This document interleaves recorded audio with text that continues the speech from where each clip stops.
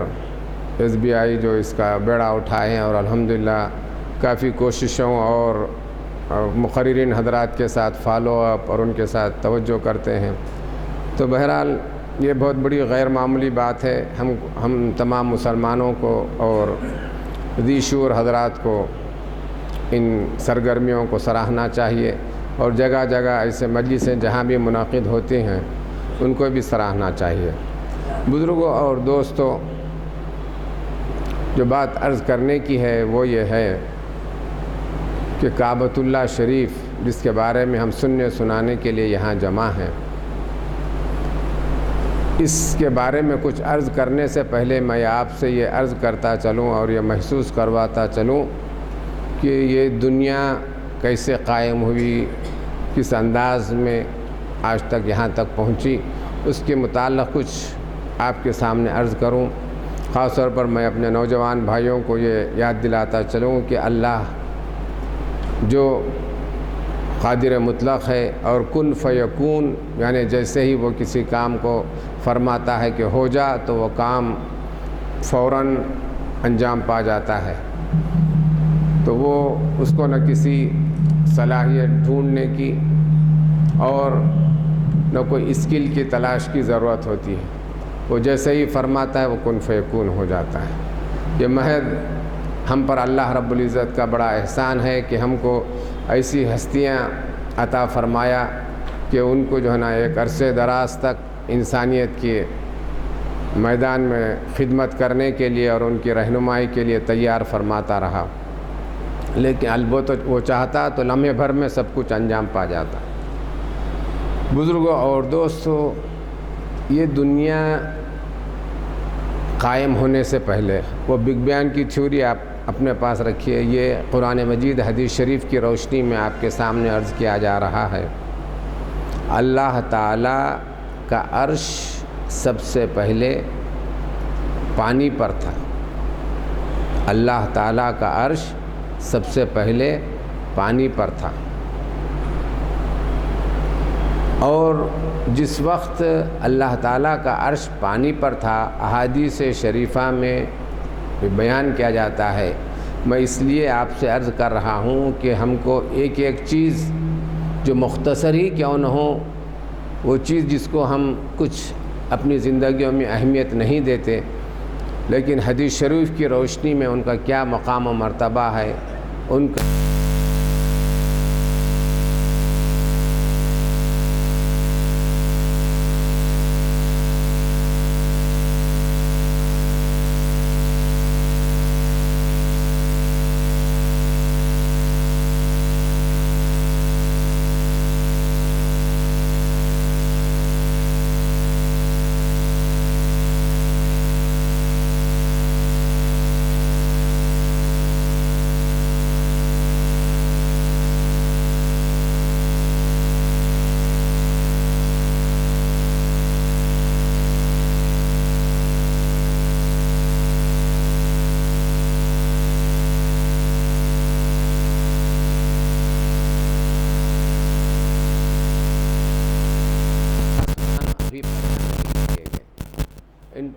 دنیا کی زمین و آسمانوں کی کوئی اور مخلوقات پیدا نہیں کی گئی، صرف پانی پر عرش ہے۔ ایسے ماحول میں کعبۃ اللہ شریف کا وجود اسی پانی پر اس شکل میں تھا، گویا کہ کوئی وہ ابھرا ہوا، جیسا کہ آپ دیکھتے ہیں پانی پر جھاگ آ جاتا ہے، یا پانی پر جو ہے نا کوئی چیز اونچی چیز آ جاتی ہے، جیسا کہ گنبد نما ایسی کوئی چیز کہہ سکتے ہیں آپ، وہ چیز جب آ جاتی ہے تو اس طرح کی ایک ابھری ہوئی شکل میں یہ کعبۃ اللہ شریف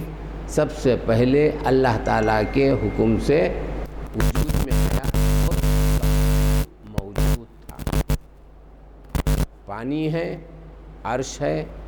کوئی اور مخلوقات کا ذکر نہیں ہے، لیکن کعبۃ اللہ شریف کا ذکر ہے کہ کعبۃ اللہ شریف اس پانی پر ایک ابھری ہوئی شکل میں موجود تھا۔ اس لیے میں بہت آہستہ سے عرض کر رہا ہوں تاکہ یہ بہت ہی عام باتیں نہیں ہیں، کتابوں میں بھی عموماً پڑھنے میں نہیں آتی ہیں، اور سننے میں بھی نہیں آتی ہیں، اس لیے میں عرض کر رہا ہوں تاکہ ہمارے ذہن و دماغ میں یہ محسوس ہو جائے اور یہ چیز کا احساس ہو کہ کعبۃ اللہ شریف کیا چیز ہے، کعبۃ اللہ شریف کی عظمت کیا ہے۔ یہ پانی پر ایک ابھری ہوئی شکل میں موجود تھا۔ اب جب اللہ تعالیٰ زمینوں کو پیدا کرنا چاہا تو زمین کو پھیلانا، جیسا کہ قرآن مجید میں آیت شریف میں ہے وَالْأَرْضَ دَحَاهَا، یعنی زمین کو بچھایا۔ زمین کو جب اللہ رب العزت نے بچھایا تو کہاں سے بچھانے کا آغاز فرمایا؟ احادیث شریفہ میں پوری وضاحت کے ساتھ، کھلے انداز میں، پورے یقین کے ساتھ، فہم انداز میں یہ چیز موجود ہے کہ یہ جو پانی کا جو تھا، پانی کا جو جھاگ جیسے اوپر سے ابھرا ہوا تھا، اور جب زمین کو پیدا کرنا چاہا تو اللہ تعالیٰ رب العزت اسی قبہ نما جو پانی پر یہ جو کعبۃ اللہ شریف موجود تھا، اس کے نیچے سے اللہ تعالیٰ رب العزت زمین کو بچھانے کا کام کا آغاز فرمایا، زمین کو بچھانے کا آغاز فرمایا۔ زمین کو بچھانا وہاں سے یعنی کعبۃ اللہ شریف کے نیچے سے آغاز فرمایا، اس کو شروع فرمایا۔ زمین کو بچھانے کا آغاز کہاں سے فرمایا؟ اب یہ زمینوں کو آپ دیکھیں گے کیسے کیا حالات ہیں، اب تو اس کے اندر کیا چیزیں ہیں، کیا ہے، وہ تو آپ سائنسدانوں کتنے قسم کے سائنسدان ہیں جو زمینوں میں کیا ہے اس کی تلاش میں لگے ہوئے ہیں، لیکن اس کے بچھانے کا آغاز کہاں سے ہوا؟ کعبۃ اللہ شریف جو پانی پر موجود تھا، پانی پر ایک ابھری ہوئی شکل میں موجود تھا، اس کے نیچے سے اللہ تعالیٰ رب العزت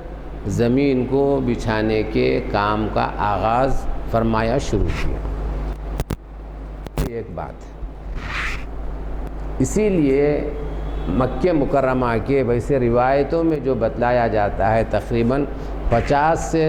زائد یا 50 کے لگ بھگ نام ہیں، ان میں کے 5 ناموں کا ذکر قرآن مجید میں آیا ہے۔ ایک تو ذکر مکہ کے نام سے آیا ہے، اور دوسرا ذکر بکہ کے نام سے آیا ہے، پھر تیسرا ذکر بلد کے نام سے آیا ہے، اور چوتھا ذکر قریہ کے نام سے آیا ہے، اور 5واں ذکر ام القریٰ کے نام سے آیا ہے۔ سب سے جو نام یہاں پر 2 چیزوں کا جو ذکر ہے، ایک بکہ اور ایک مکہ، یہ 2 چیزوں کے ناموں کے رکھنے میں، دوسرے ناموں کا بھی میں انشاءاللہ آپ کے معنی اور توجیہ عرض کروں گا۔ مکہ کے معنی آتے ہیں کوئی چیز کو جذب کر لینا، کوئی چیز کو جذب کر لینا۔ اب اس کی میں آپ کی صرفی نحوی مطلب ہے کہ مورفولوجی کیا ہے، اس کا سینٹیکس کیا ہے، ان کے سامنے اتنے مختصر وقت میں تمام چیزیں آپ کے سامنے نہیں رکھ سکتا، لیکن جاننے کے لیے یہ رکھیے کہ اس کے مکہ کے معنی اس کا جو وربل جو اس کا پوزیشن ہے اس کو آپ دیکھتے ہوئے کہ چیز کو جذب کر لینا، جس کے آبزرو کر لینا۔ تو اس وجہ سے کہا گیا ہے کہ جب کبھی کوئی آدمی، کوئی گناہ گار اس کے آس پاس آتا ہے، عبادت کے غرض سے کعبۃ اللہ شریف کا ارادہ کرتا ہے، کعبۃ اللہ شریف کا طواف کرتا ہے، وہاں جو بھی قرب و جوار میں وہاں آ جاتا ہے، تو اس کے سارے گناہ ایسے سلب اور جذب کر لیے جاتے ہیں کہ اس کے کوئی گناہ باقی نہیں رہتے، اور وہ بالکل ایک پاک انسان کی طرح، ایک بالکل گناہوں سے پاک، تمام آلودگیوں سے پاک انسان سے نکل کر پاک ہو کر آتا ہے۔ یہ تو ایک بات ہوئی۔ اسی وجہ سے احادیث شریفہ میں یہ بات آئی ہے کہ ایسا حج جس کو حج مبرور کہا جاتا ہے، حج مبرور یعنی ایسا حج جو فسق و فجور، گناہوں اور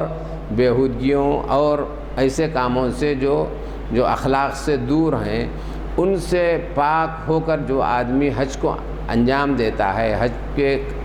سرگرمیوں کو، مناسک کو انجام دیتا ہے، تو اس کے بارے میں احادیث شریفہ میں آیا ہے کہ وہ اپنے حج کے بعد ایسا ہو جاتا ہے جیسا کہ اس کی ماں کی پیٹ سے ابھی پیدا ہوا ہے۔ جس کے ماں کی پیٹ سے پیدا ہونے والا بندہ جیسا ہوتا ہے تو ویسا حج کرنے کے بعد ہوتا ہے۔ تو یہ ایک مکہ کہنے کی ایک وجہ ہے۔ ایک بکہ ہے۔ بکہ کے کیا معنی ہے؟ بکہ کے معنی آتے ہیں کہ کسی چیز کو تہس نہس کر دینا۔ اب بکہ سے تہس نہس کر جانا، پورا ڈسٹرکٹ کر دینے کا کیا مطلب ہے؟ اس کے بارے میں احادیث شریفہ میں آیا ہے اور بزرگان دین نے اس کی توجیہ بیان فرمائے ہیں کہ جو کوئی ظالم، ٹیرر، کعبۃ اللہ شریف اور مکہ مکرمہ میں فساد یا تباہی مچانے کے غرض سے آتا ہے، داخل ہوتا ہے، تو اس کو تہس نہس کر دیا جاتا ہے، اس کو تباہ و برباد کیا جاتا ہے۔ اور اس کی واضح مثال میں اور آپ سورہ فیل میں پڑھتے ہیں کہ اللہ تعالیٰ نے ابرہا کے ساتھ کیا معاملہ فرمایا۔ اتنے بڑے لشکر کے ساتھ، ہاتھیوں کے لشکر کے ساتھ وہ جو ہے نا کعبۃ اللہ شریف کو ڈھانے کی غرض اور نیت سے وہاں آیا تھا، لیکن اللہ تعالیٰ نے اس کے ساتھ اس معیار کا، اتنی طاقت کا مظاہرہ نہیں فرمایا، بلکہ ابابیل کی شکل میں جنس پرندے کے طاقت کا کوئی معیار ہی نہیں، انتہائی کمزور ترین پرندے کے ذریعے سے ان کے منہ میں اور پنجوں میں کنکریاں دے کر ایسا مظاہرہ فرمایا کہ ابرہا کی پوری فوج کو تہس نہس اور ڈسٹرکٹ فرما دیا اور تباہ فرما دیا۔ تو یہ مکہ اور بکہ کی ایک دو معنی ہیں۔ ام القریٰ کیوں کہا جاتا ہے؟ ام القریٰ کے معنی اگر آپ اردو زبان میں اس کے معنی جاننا چاہیں تو قریتن کے معنی آتے ہیں دیہات یا شہر یا آبادی جہاں بستی ہے اس کا نام ہے، سمجھے۔ اور کے معنی ماں کا مطلب کیا ہوتا ہے؟ بھائی کسی بھی چیز کا جو چیف، ماسٹر یا اوریجن ہوتا ہے اس کو کہتے ہیں تو اب ام القریٰ مطلب ہے کہ سارے شہروں کی ماں، سارے شہروں کا جو ہے نا سردار کہنے کی کیا وجہ ہے؟ جیسا کہ میں نے ابھی آپ سے عرض کیا کہ ساری زمین کے بچھانے کا آغاز کعبۃ اللہ شریف کے نیچے سے ہوا ہے، جس کی وجہ سے اس کو ام القریٰ کہا گیا ہے۔ اور ساتھ ساتھ یہ بھی میں آپ کو بتلاتا چلوں کہ جو ہے نا جغرافیائی پیمائش کرنے والے اس نتیجے پر پہنچے ہیں کہ ساری دنیا کا سنٹر وہ کعبۃ اللہ شریف ہے۔ ساری دنیا کا سنٹر، یہ کوئی جو ہے نا عقیدت یا خوش عقیدگی کی بات نہیں ہے، بلکہ یہ سائنٹیفک جو ہے نا جو ریسرچ ہوا ہے اور جو چیز جو ہے نا پیمائشیں کی گئی ہیں اس کی روشنی میں یہ بتلایا جاتا ہے اور بتلایا گیا کہ پوری دنیا کا اس وقت مرکز وہ کعبۃ اللہ شریف ہے۔ تو یہ مکہ، بکہ، ام القریٰ۔ اب بلد کیوں کہا گیا؟ بلد شہر، خاص طور پر یہ شہر آقا حضور سیدنا محمد صلی اللہ علیہ وسلم کا جائے پیدائش ہے، آپ کے وہاں رہائش کا مقام رہا ہے، اس وجہ سے بھی اس شہر کو بلد الامین کہا گیا۔ امن سے آپ امانت دار کا لیجئے یا انتہائی محفوظ اور پیسفل شہر نام کر دیجئے۔ ایک تو ہو گیا۔ اب قریہ کے معنی گاؤں کہ مطلب ہے کہ صرف اللہ تعالیٰ صرف مکے کے باشندوں کی طرف اشارہ فرماتے ہوئے فرما رہا ہے کہ یہ مکہ مکرمہ کے باشندے۔ تو اس طرح سے یہ اس کے مختلف نام بتلائے گئے ہیں اور بزرگان دین کی تفسیر کی کتابوں میں، تاریخ کی کتابوں میں 50 سے زیادہ نام بدلائے گئے ہیں۔ تو بزرگوں اور دوستو، یہ کعبۃ اللہ شریف کے بارے میں مختصر سی ایک وضاحت تھی، اور تھوڑا ہم آگے چلتے ہیں۔ تو جیسا کہ میں نے آپ سے عرض کیا کہ سب سے پہلے اللہ تعالیٰ اس کو ایک پانی کے اوپر جھاگ کی کیفیت میں یا ایک ابھرے ہوئے ٹیلے کی شکل میں اس کو پیدا فرمایا، اور اس کے بعد جب زمین و آسمانوں کو جب پیدا فرمایا تو یہ وجود میں آ چکا تھا، لیکن ابھی یہاں پر سرگرمی نہیں شروع ہوئی تھی۔ سرگرمی کیسے شروع ہوتی ہے میں آپ کے سامنے عرض کرتا ہوں۔ حضرت سیدنا آدم علیہ السلام یا دوسرے معنی میں انسان کے انسان کو وجود بخشنے سے پہلے آپ جانتے ہیں قرآن مجید کی ایک مشہور آیت شریفہ ہے، اعوذ باللہ من الشیطان الرجیم وَإِذْ قَالَ رَبُّكَ لِلْمَلَائِكَةِ إِنِّي جَاعِلٌ فِي الْأَرْضِ خَلِيفَةً قَالُوا أَتَجْعَلُ فِيهَا مَنْ يُفْسِدُ فِيهَا وَيَسْفِكُ الدِّمَاءَ وَنَحْنُ نُسَبِّحُ لَكَ بِحَمْدِكَ وَنَحْنُ نُسَبِّحُ بِحَمْدِكَ وَنُقَدِّسُ لَكَ۔ تو پوری آیت شریفہ میں ہے، یہ ایک آیت شریفہ میں ہے جس میں اللہ تعالیٰ فرشتوں کو خطاب فرماتے ہوئے ارشاد فرما رہا ہے کہ میں روئے زمین پر اپنے خلیفے کے طور پر ایک اپنے خلیفہ انسان کو پیدا کرنے والا ہوں، انی جاعل فی الارض خلیفہ۔ تو اس وقت فرشتوں نے اللہ تعالیٰ رب العزت کی بارگاہ میں انہوں نے کیا کہا، قالوا اتجعل فیہا من یسفک الدماء ویسفک الدماء، اے اللہ کیا تو اس روئے زمین پر ایسے وجود کو، ایسے انسان کو پیدا کرنا چاہتا ہے جو ہے نا یہاں پر خون ریزی کرے گا اور جو ہے نا فساد مچائے گا۔ تو اس وقت اللہ تعالیٰ کیا ارشاد فرماتا ہے، انی اعلم ما لا تعلمون، اے میرے فرشتوں تم تو یہ کہہ رہے ہو، تم تو اپنی یہ دلیل اور حجت بیان کر رہے ہو، لیکن اس سلسلے میں میرا فیصلہ بھی سن لو اور یہ بھی جان لو کہ تم وہ چیز نہیں جانتے جو میں جانتا ہوں۔ جیسے ہی فرشتوں نے اللہ تعالیٰ رب العزت کے یہ ارشاد سماعت فرمایا، وہ جو ہے نا ایک دم اللہ تعالیٰ کے غضب کو ٹھان لیے، کہ اللہ یہ محسوس کر لیے کہ اب اللہ تعالیٰ ہم پر غصے میں ہے، اللہ تعالیٰ ہم سے ناراض ہو گیا، کیونکہ اللہ تعالیٰ فرمایا انی عالم ما لا تعلمون، اے فرشتوں تم نہیں جانتے میں جو جانتا ہوں۔ تو جیسے ہی فرشتے یہ بھانپ لیے، فرشتوں کو یہ محسوس ہوگا اور یہ جان لیے کہ اللہ تعالیٰ ہم سے ناراض ہو گیا، تو فوراً فرشتے کیا کیے، فوراً فرشتے اللہ تعالیٰ کے عرش سے وہ اس کی طرف قریب ہو گئے اور اس کو تھام لیے، اور اپنے اس لغزش کہیے آپ یا جو نا جس جو اللہ تعالیٰ ان کی بات کو جو اس سے ناراض ہوا، جس کو یہ محسوس کیا فرشتوں نے، جیسے یہ محسوس کیا کہ وہ عرش کے قریب ہو گئے اور عرش کو تھام لے، پکڑ لے مضبوطی سے، اور اللہ تعالیٰ کی بارگاہ میں عجز و انکساری، گریہ وزاری اور جو نا ہاتھوں سے دعا کرنے لگے، اللہ تعالیٰ ہم سے غلطی ہو گئی تو معاف فرما دے۔ اور احادیث شریفہ میں، تاریخ کی کتابوں میں، اسلامی تاریخ کی کتابوں میں یہ بتلایا گیا کہ فرشتے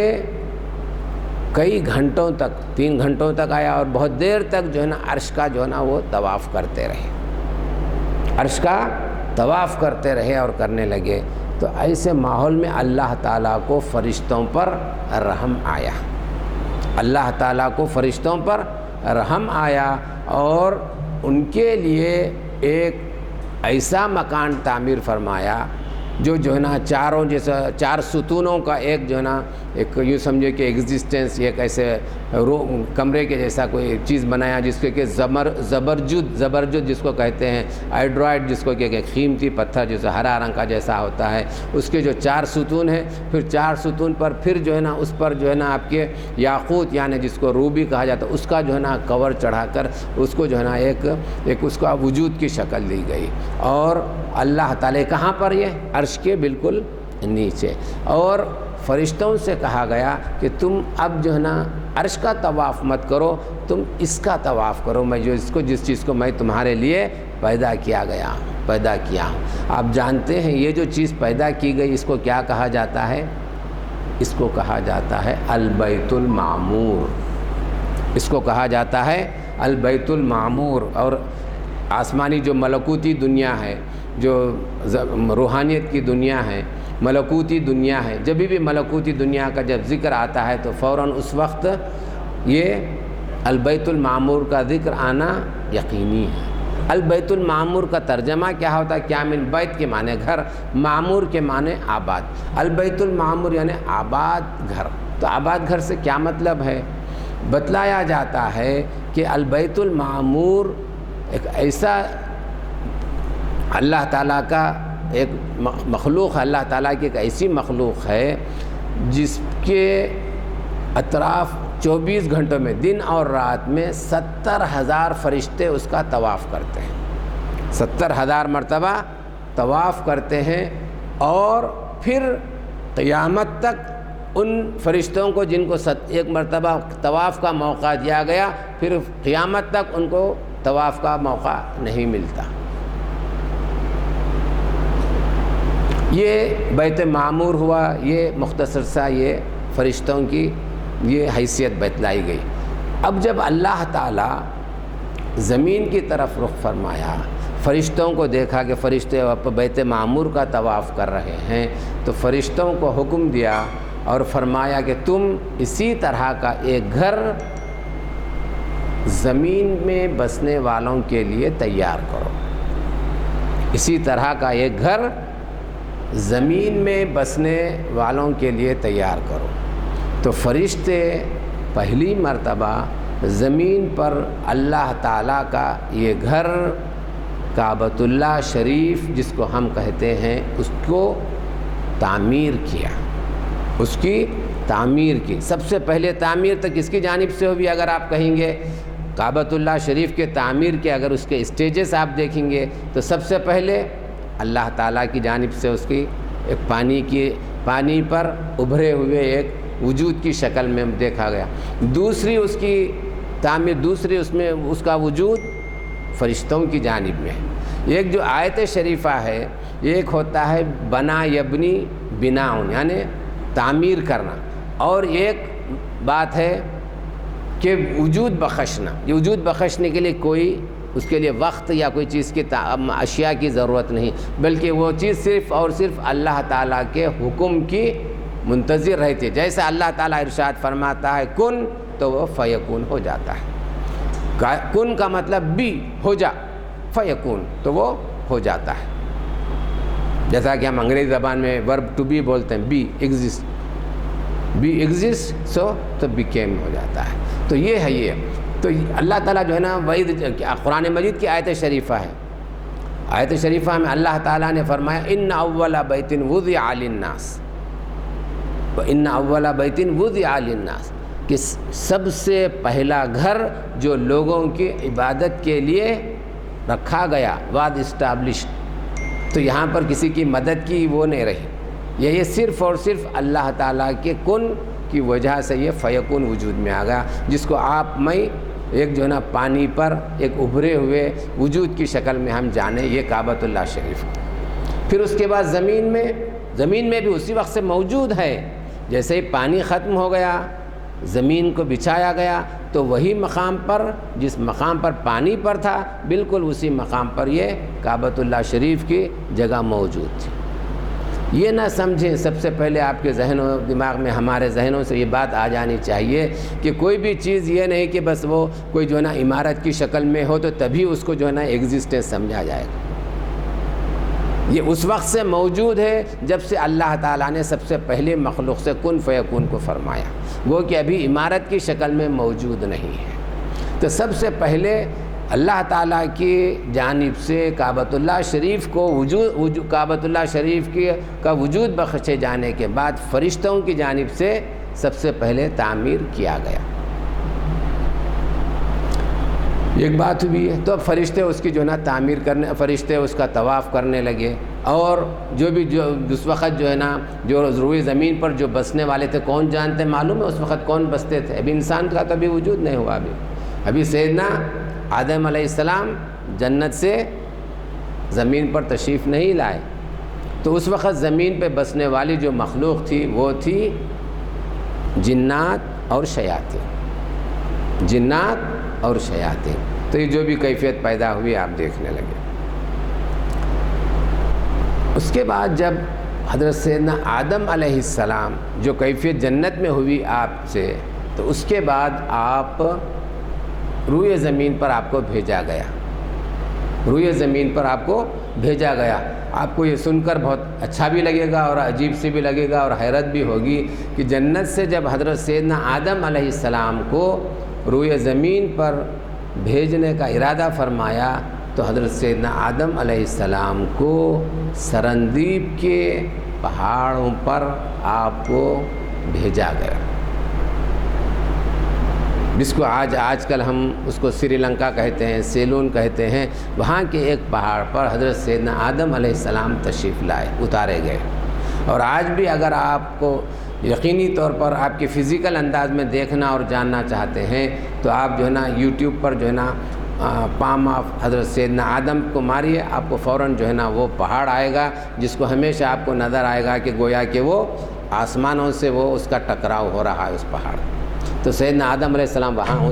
وہاں اتارے گئے، سیدنا آدم علیہ السلام وہ پہاڑ پر اتارے گئے۔ پھر وہاں سے سیدنا آدم علیہ السلام